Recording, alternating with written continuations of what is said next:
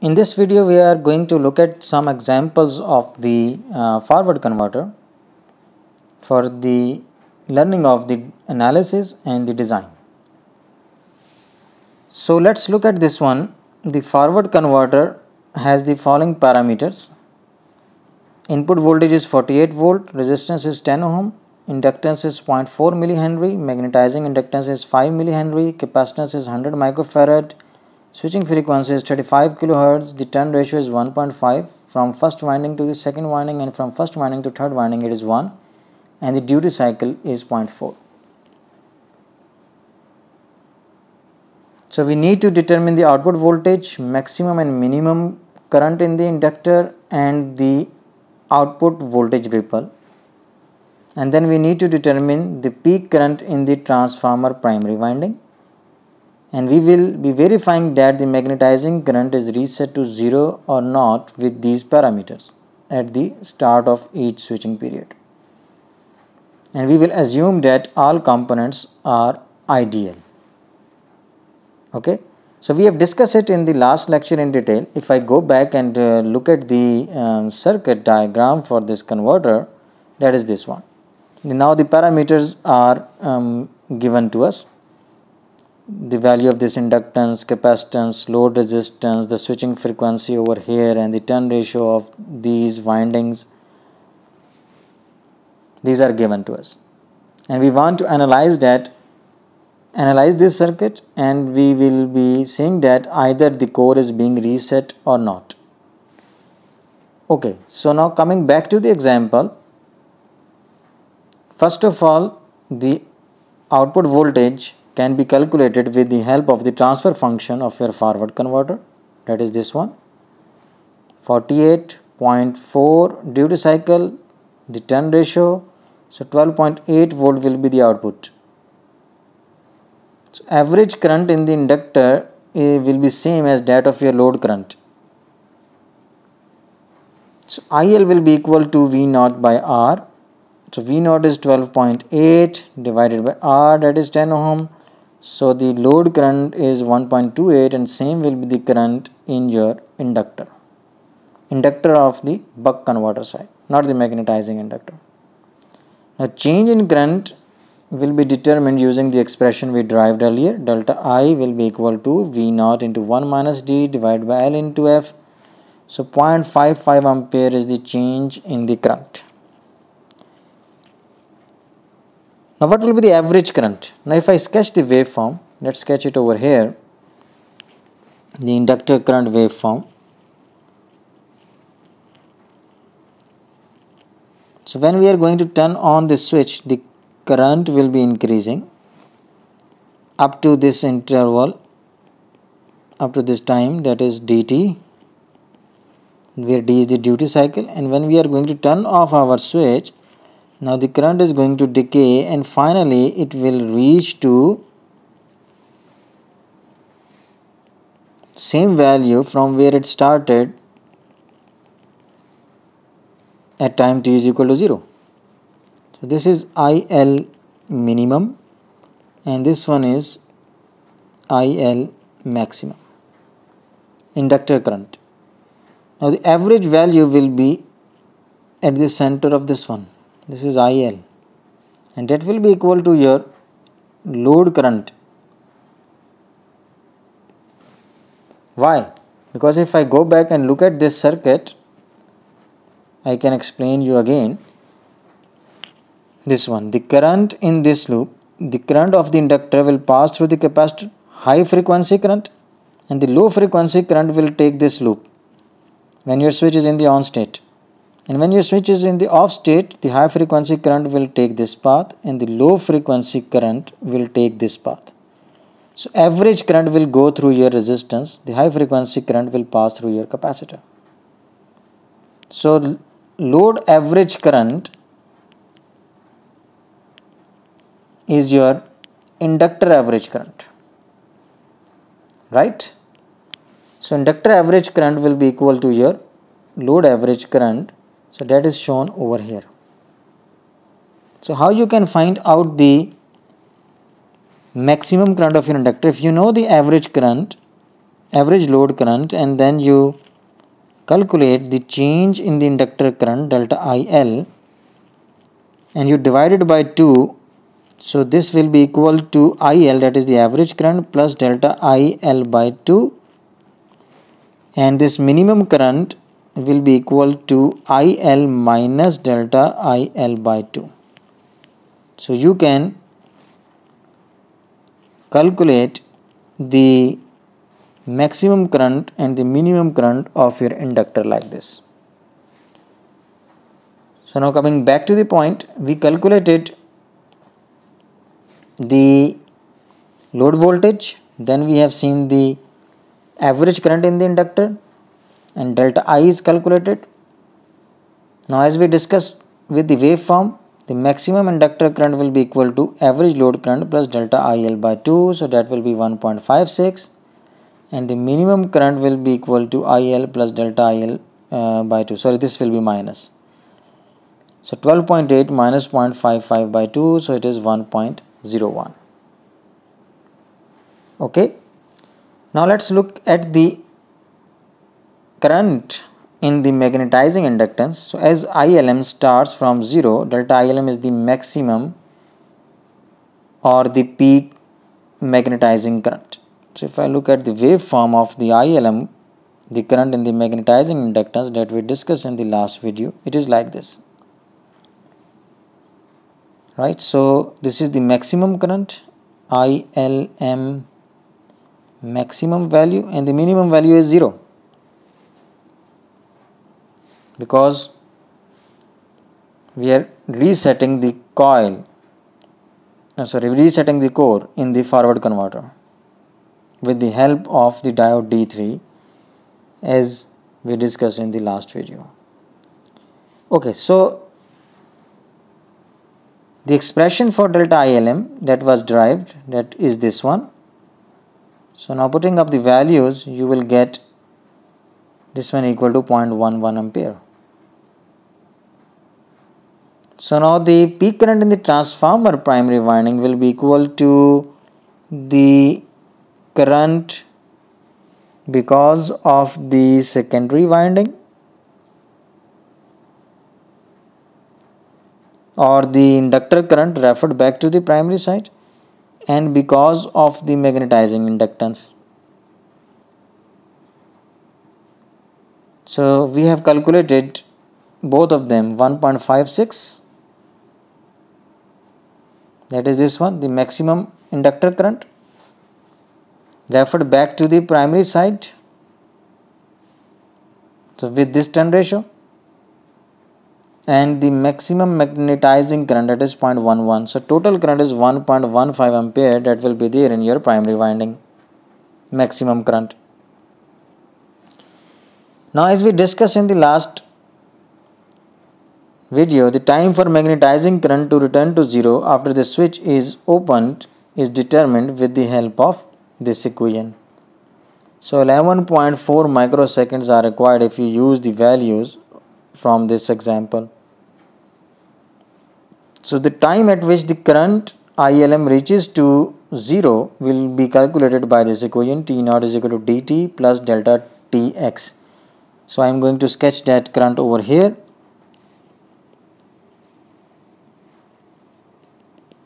ILM is increasing like that, and then it is decreasing and going to become 0 over here. So this time is T naught, that is equal to dt, and this interval is delta Tx.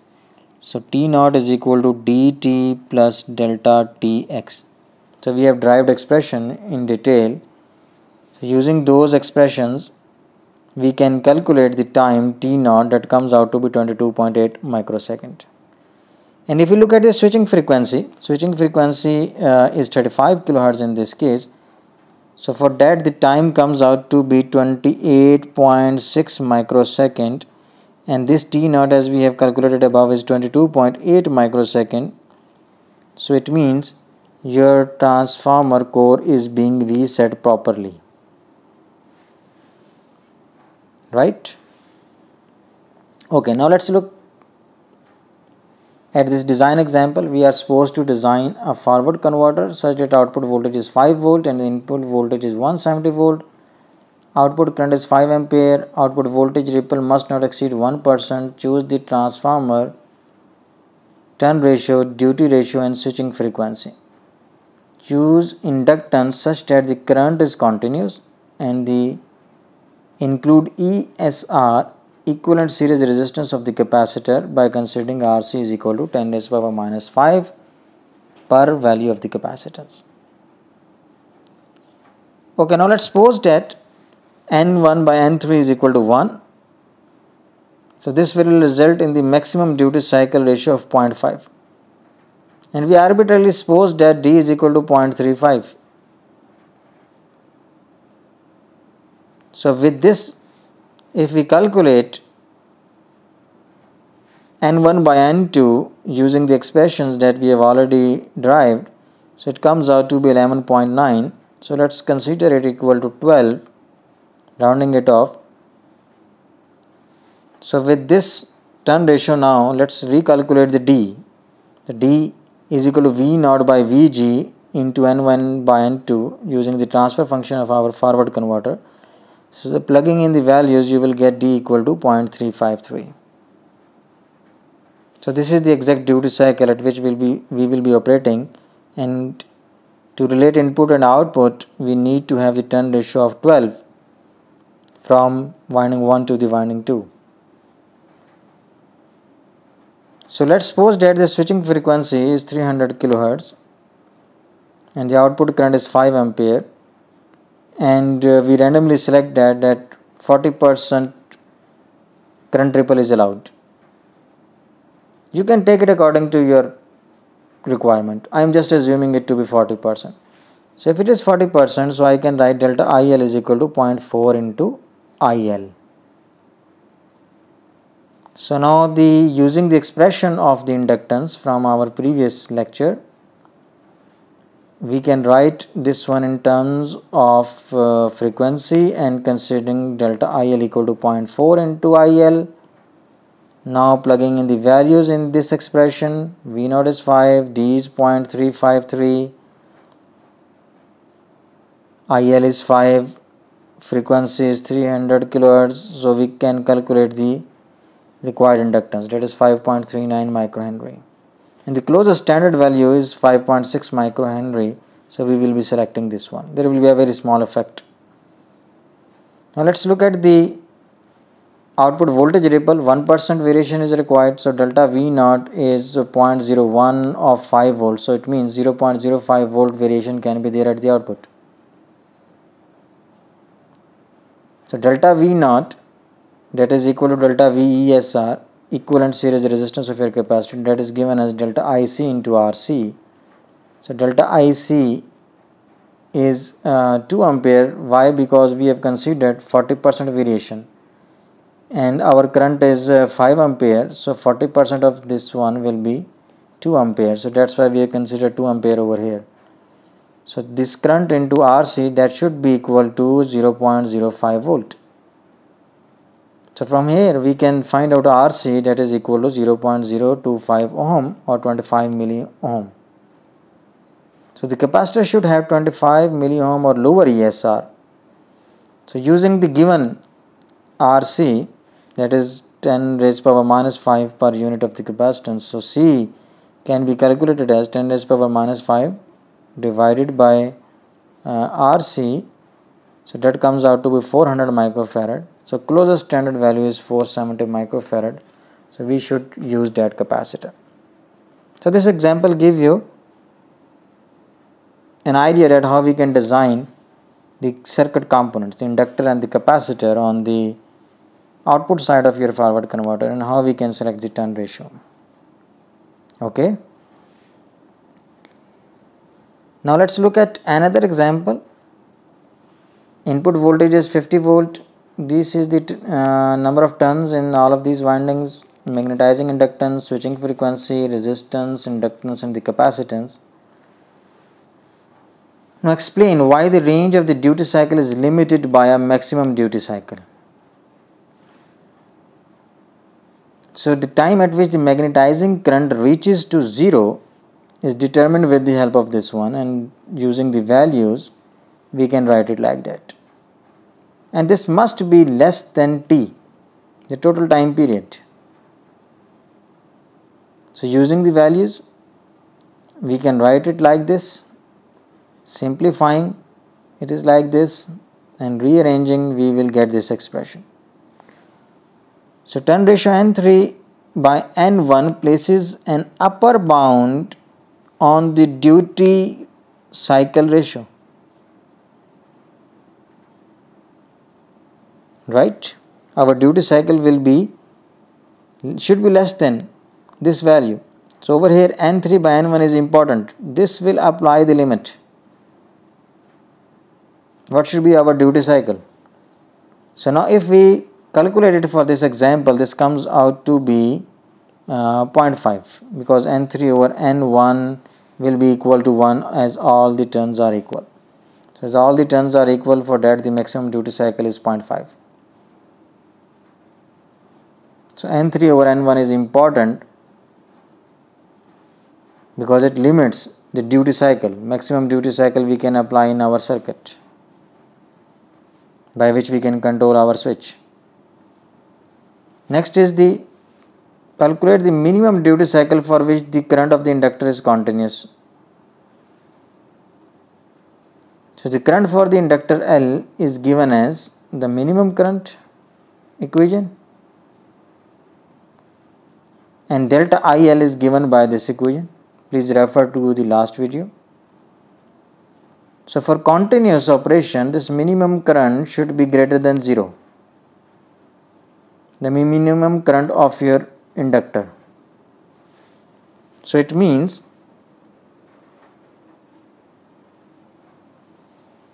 the inductor current should be greater than IL by 2 to have the continuous current. So now just plugging in the values and rearranging the things, you can see all the steps over here. We can find out the expression for D. The D must be greater than this one. So plugging in the value, D comes out to be 0.75. Okay, if our duty cycle is greater than 0.75, our inductor current will be continuous. But we have seen that if we take n3 by n1 equal to 1, so D max comes out to be 0.5. Our duty cycle cannot be more than 0.5. But for continuous inductor current, it is coming out to be 0.75. It means the minimum duty cycle should be 0.75. It means we cannot operate our converter like that. This converter is not operatable for the continuous conduction mode of your inductor, because the minimum duty cycle for the continuous operation is greater than the maximum duty cycle that is allowed by the turn ratio. So what we will have to do? We will have to bring certain change such that our D max goes above 0.75, and that depends upon the turn ratio of your transformer. So we will change this one, n3 by n1, 1 by 1 plus n3 by n1 should be greater than 0.75, and if we simplify it, n3 comes out to be 26.27. It means n3 should be equal to 27. So if I go back and look at the statement, all of these were equal, but if we now make n3 equal to 27, right, we can operate our converter in the continuous conduction mode. Means there will be a continuous current in the inductor L3, so inductor on the output side. Okay, so these examples will help you to further understand the forward converter, but you must see the video in which we have discussed all of these expressions in detail. Thank you very much.